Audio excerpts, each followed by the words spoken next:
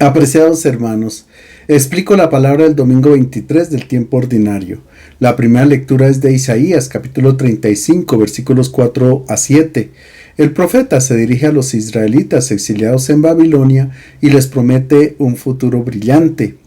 La intención de Isaías es consolar a los cautivos que están desanimados, frustrados y hundidos en la desesperación porque la liberación no llega y parece que Dios se ha olvidado de ellos. El profeta les dirige estas palabras en nombre del Señor y les anuncia una transformación extraordinaria y un futuro brillante. Digan a los cobardes, sean fuertes, no teman. Ahí está su Dios que trae el desquite. Viene en persona y los salvará. Se despegarán los ojos del ciego, los oídos del sordo se abrirán. Saltará como ciervo el tullido, la lengua del mudo cantará. Porque ha brotado agua en el desierto, arroyos en la estepa. El arenal será un estanque, lo reseco un manantial. Con estas imágenes de esperanza se anuncia la inminente intervención de Dios a favor de su pueblo. El tono general del pasaje es de alegría que involucra tanto a la naturaleza como a las personas, porque el Señor se prepara para salvar a su pueblo del cautiverio y para abrir un camino por el desierto a fin de que pueda volver victorioso a Jerusalén. El profeta representa la vida nueva, excesiva, abundante, transformadora que Dios va a ofrecer a los exiliados con las imágenes de los ciegos que vuelven a contemplar la luz, de los sordos que vuelven a oír, de los cojos que saltan como venados y de los mudos que cantan con alegría. En la Biblia, la ceguera, la sordera, la parálisis, el mutismo se refieren a menudo a Israel. En el capítulo 43 del libro de Isaías, Dios pide al profeta que saque al pueblo ciego aunque tiene ojos, a los sordos aunque tienen oídos. Es que con frecuencia Israel es un pueblo que cierra sus oídos a la voz de su Dios y sin haber escuchado su palabra será incapaz de vivirla y de anunciarla. Pero el profeta promete que el Señor va a intervenir a favor de Israel. Todas sus debilidades y flaquezas serán curadas. Pronto verá la luz de la salvación y los deportados regresarán a la tierra de sus padres. Sus rodillas débiles serán vigorizadas, escucharán y proclamarán las maravillas de su Dios. La marcha del pueblo de la tierra de esclavitud a la tierra de la libertad será un nuevo éxodo, donde se repetirán las maravillas operadas por Dios en el primer éxodo. Sin embargo, este segundo éxodo será todavía más grandioso en cuanto a la manifestación y a la acción de Dios. Será una peregrinación festiva, una procesión solemne, caracterizada por la alegría y la fiesta. A partir de las palabras contenidas en nuestro pasaje, se despertó la creencia de que cuando viniera el Mesías, habría una notable transformación del mundo. Ciertamente con Jesús se originó esta transformación esperada, por tanto, Él es el Mesías que tenía que venir al mundo. Nuestra lectura concluye con el anuncio de un cambio de la tierra que da la bienvenida a los exiliados que regresan de Babilonia. La tierra seca se convertirá en las fuentes de agua y los lugares antes habitados por animales salvajes se volverán fértiles y campos, jardines irrigados. No solo los seres humanos, sino también la creación participará de la salvación del Señor. La segunda lectura es de la carta de Santiago, capítulo 2, versículos 1 a 5. Dios eligió a los pobres para hacerlos herederos del reino. El autor de esta carta se propone exhortar a los creyentes para que cultiven los valores enseñados por Cristo. Nuestro pasaje hace parte de la segunda parte de la carta, donde el autor invita a los creyentes a asumir una fe operativa, que se traduzca en un compromiso social y comunitario. Se habla de la fe con relación al amor fraterno sin ningún tipo de discriminación o de acepción de personas. Hermanos míos, ustedes que creen en nuestro glorioso Señor Jesucristo, no hagan diferencias entre las personas. Supongamos que cuando ustedes están reunidos entra uno con anillos de oro y traje elegante y entra también un pobre andrajoso. y ustedes fijan la mirada en el de traje elegante y le dicen, siéntate aquí en un buen puesto, y al pobre le dicen, quédate de pie o siéntate allí en el suelo. ¿No están haciendo diferencias entre las personas y siendo jueces malintencionados? Escuchen, hermanos míos queridos, ¿acaso no escogió Dios a los pobres de este mundo para hacerlos ricos en la fe y herederos del reino que prometió a los que lo aman? Un israelita piadoso del siglo II a.C. escribía una conclusión amarga en el libro del Eclesiástico. Decía, cuando el rico ofende, se siente muy orgulloso. Cuando el pobre sufre la ofensa, tiene que pedir perdón. Es también lo que constatamos hoy en la vida diaria. Los ricos y los poderosos son privilegiados. Para ellos se reservan los puestos de honor, por cualquier cosa que dicen reciben aplausos, y aunque se equivoquen, pocos tienen el valor de levantar la voz para corregirlos. En nuestra sociedad, esta discriminación entre ricos y pobres se acepta como algo normal, pero no era tolerada en la primera comunidad cristiana. Es que Jesús nunca hizo acepción de personas, Él acogió a todos y los amó en igualdad. La iglesia nació totalmente incluyente y no excluyente. Quien quiera dar su adhesión a Cristo tendrá que asumir los mismos valores que Él propuso. No puede discriminar a nadie. En nuestro pasaje, Santiago afirma que en la comunidad cristiana no se puede acoger y tratar de forma diferente al rico y al pobre, aquel que se presenta bien vestido y aquel que se presenta mal vestido, aquel que es conocido y famoso y aquel que es humilde y pasa desapercibido. En la comunidad cristiana todos somos iguales y dignos de consideración y respeto, aunque cada uno desempeñe una función diferente o un servicio diverso. Si la comunidad cristiana hace cualquier tipo de discriminación, sencillamente sigue los valores propuestos por el mundo, donde los ricos se tratan con preferencia y los pobres no cuentan. Esta manera de actuar es absolutamente incompatible con la fe en Cristo. Santiago afirma que si Dios tuviera preferencias, optaría por los pobres, a quienes ha elegido para hacerlos ricos en la fe y herederos del reino. En la Biblia, por pobres no se entiende únicamente a quienes no tienen dinero, sino también a todos aquellos que están en desventaja en la vida, los que por cualquier razón tienden a ser marginados. Es a ellos que la comunidad cristiana debe prestar más atención y así demuestra que sus criterios de juicio son opuestos a los del mundo. Si en la asamblea litúrgica se reserva un lugar de honor para un personaje, se percibe la inconsistencia, la incompatibilidad de tal actitud con el significado de la Eucaristía. La Eucaristía nos recuerda cómo debe ser el nuevo mundo que estamos llamados a construir, un mundo en el que todos sin excepción, especialmente los últimos, se sientan acogidos y amados. El Evangelio es de San Marcos, capítulo 7, versículos 31 a 37. Jesús cura a un sordo que además tenía dificultad para hablar. En Cafarnaúm, Jesús había tenido una fuerte discusión con los escribas y fariseos acerca de lo puro y lo impuro. Es que ellos se habían aferrado a unas tradiciones donde hacían meticulosos ritos externos de purificación que a Jesús no le interesaba. Él los consideraba como una comedia religiosa. Jesús aclaró que no eran los alimentos lo que hacía impuro al ser humano, tampoco las relaciones con las personas extranjeras o paganas, sino que lo que realmente hacía impuro al hombre era todo lo que salía de dentro del corazón. Luego hizo una lista de 12 acciones inmundas que saliendo del corazón destruían al ser humano.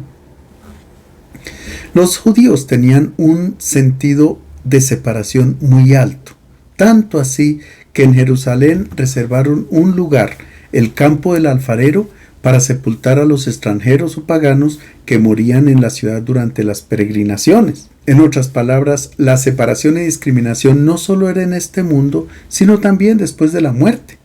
Jesús quiso liberarse rápido de esta mentalidad y de la forma como el pueblo concebía a Dios.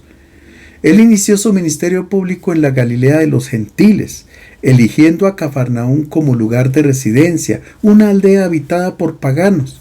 Allí predicaba el reino de Dios y acompañaba su predicación con prodigios que hacían presente la salvación de Dios también para ellos.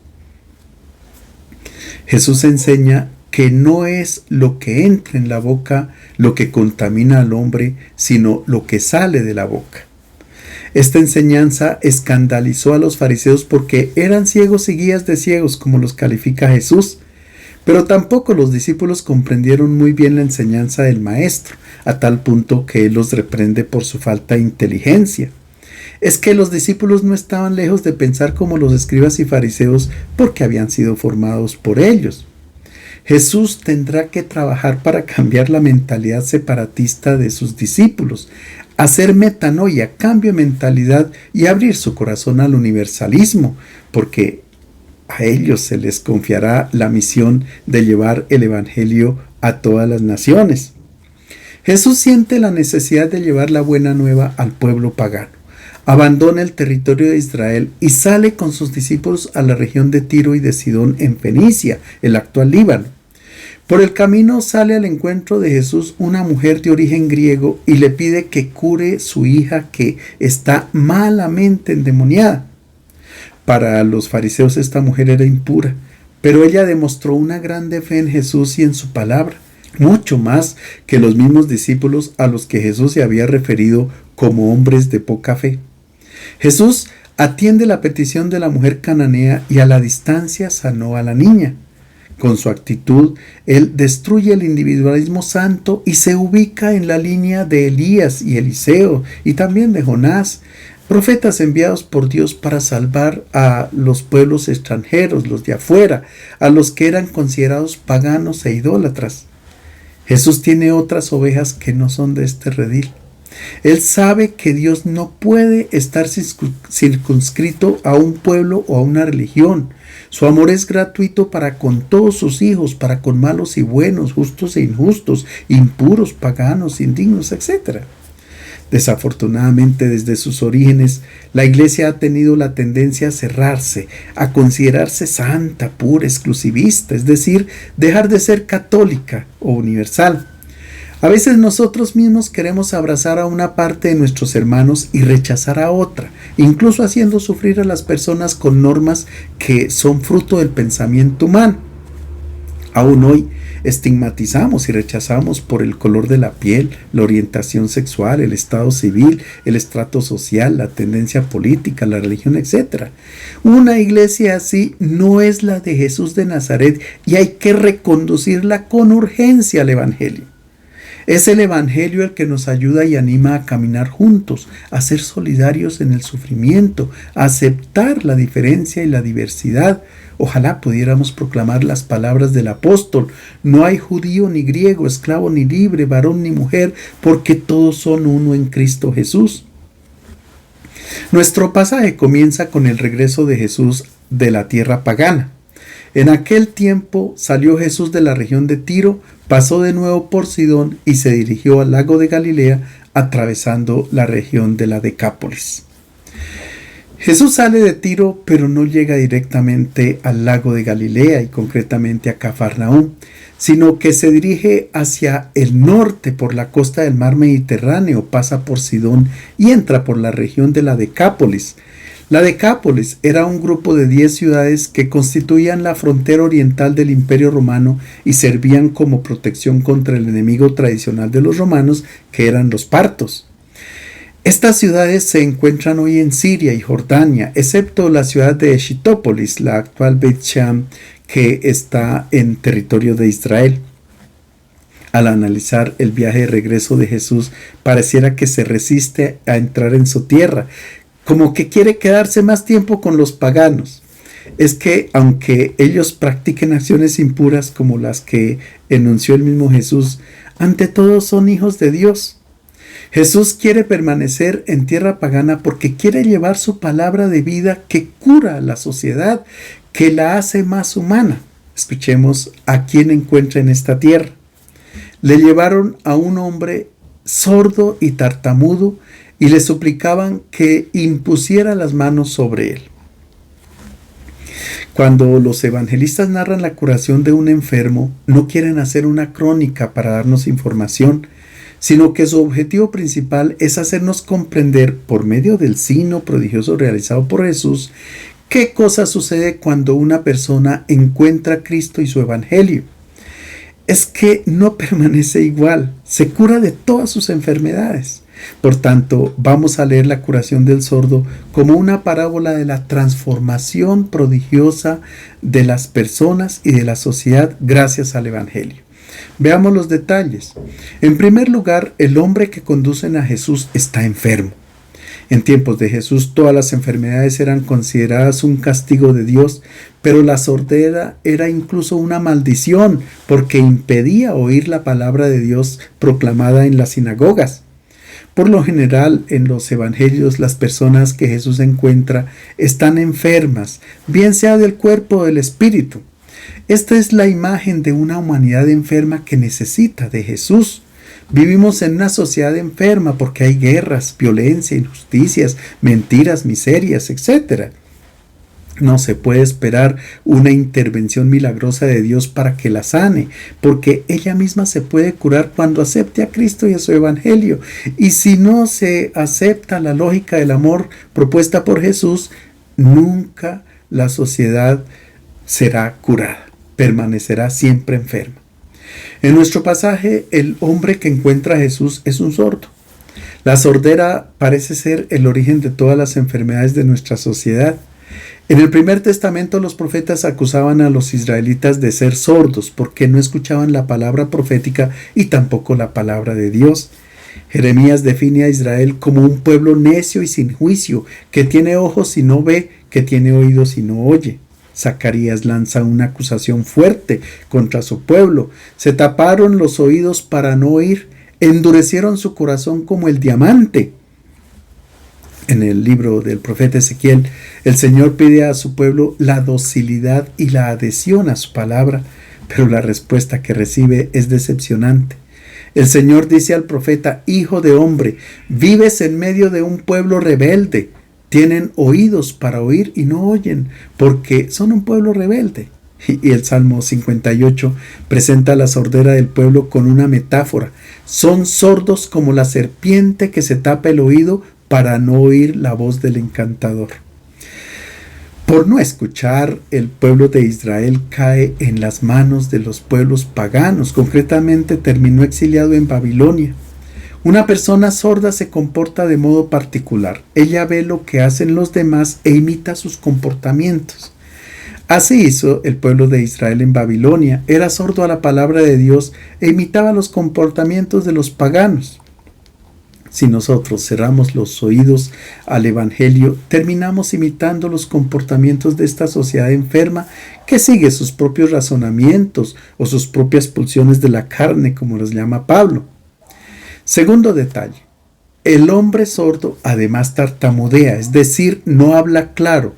Es otra imagen para representar a la sociedad pagana que nos rodea. Como en todo grupo humano, siempre habrá algo de sabiduría. Podemos identificar elementos justos y buenos, pero siempre será un balbuceo o un tartamudeo. En los pueblos de la antigüedad se buscaba la sabiduría, sobre todo para darle sentido a la existencia humana. Pero siempre resultaba un balbuceo. Solamente cuando el ser humano encuentra a Cristo y su evangelio, deja de tartamudear y encuentra claridad y solidez en lo que habla, porque se fundamenta en la antropología que nos ha enseñado Jesús de Nazaret. Tercer detalle, el sordo no va solo donde Jesús, aunque lo podía hacer por sí mismo, pero es conducido por otras personas. No es un detalle marginal en el Evangelio de Marcos. Cuando Jesús concluye su primera jornada en Cafarnaún, el evangelista dice que al anochecer, cuando ya el sol se había puesto, le llevaron todos los enfermos y poseídos por demonios. Ellos no se acercan a Jesús por sí mismos. Es la imagen de quien vive lejos de Cristo, vive en una sociedad pagana, sigue sus valores, pero no se da cuenta que a lo mejor vive una vida inhumana. Pero Dios suscita ángeles, es decir, personas que han abierto sus oídos a la escucha del Evangelio, se acercan con amor al enfermo y lo conducen a Cristo y al Evangelio para que se sane completamente. Todos los que estamos viviendo el Evangelio somos ángeles para nuestros hermanos que son todavía sordos, que nunca han escuchado la palabra del Señor. Cuarto detalle: quienes acompañan al enfermo piden a Jesús que le imponga las manos. Se trata de una súplica en nombre del sordo, es decir, los ángeles oran por el enfermo.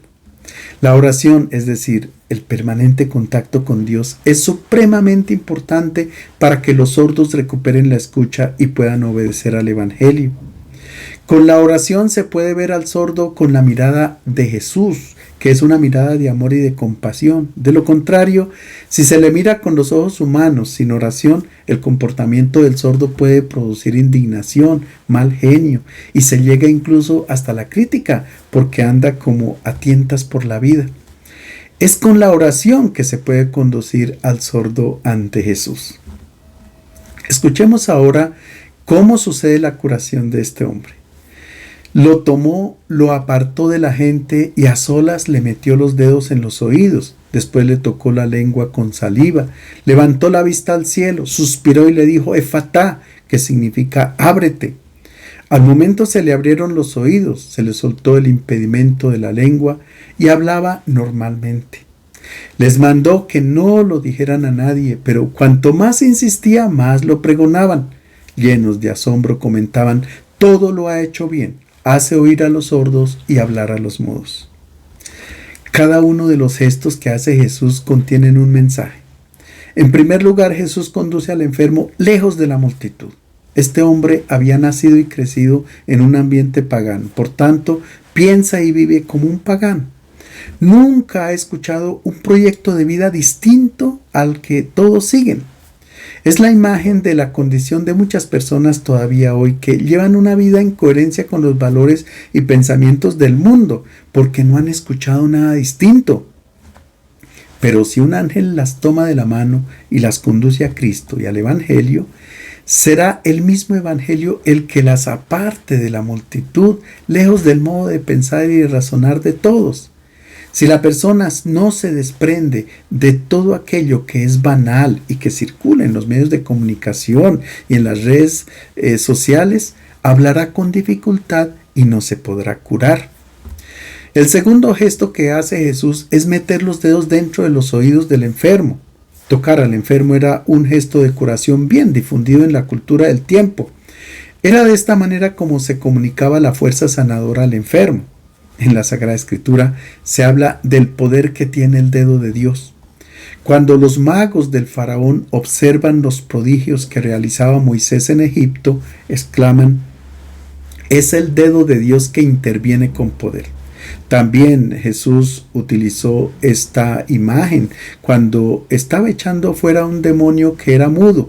Y sucedió que cuando el demonio salió, el mudo habló y las multitudes se maravillaron. Y Jesús les dijo: si yo expulso los demonios con el dedo de Dios, es porque ha llegado el reino de Dios.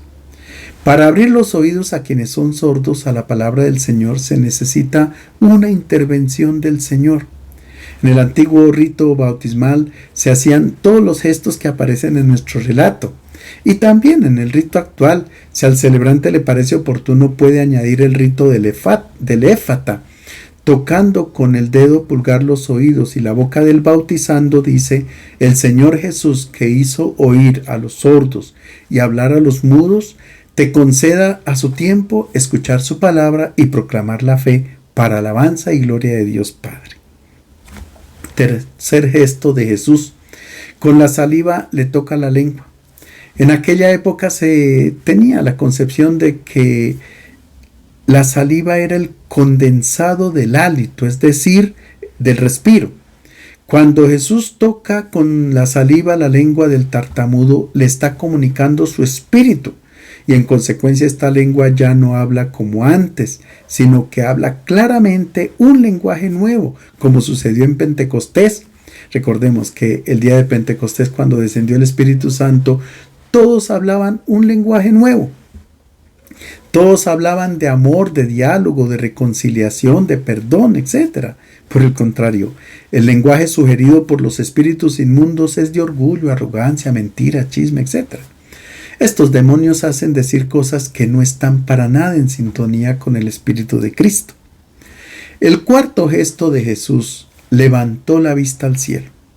Los gestos que Jesús ha hecho hasta el momento eran comunes en la antigüedad para realizar una curación, pero ahora Él hace un gesto nuevo, dirige la mirada hacia el cielo, es su oración al Padre del cielo para reconocer que toda fuerza de vida procede de Él.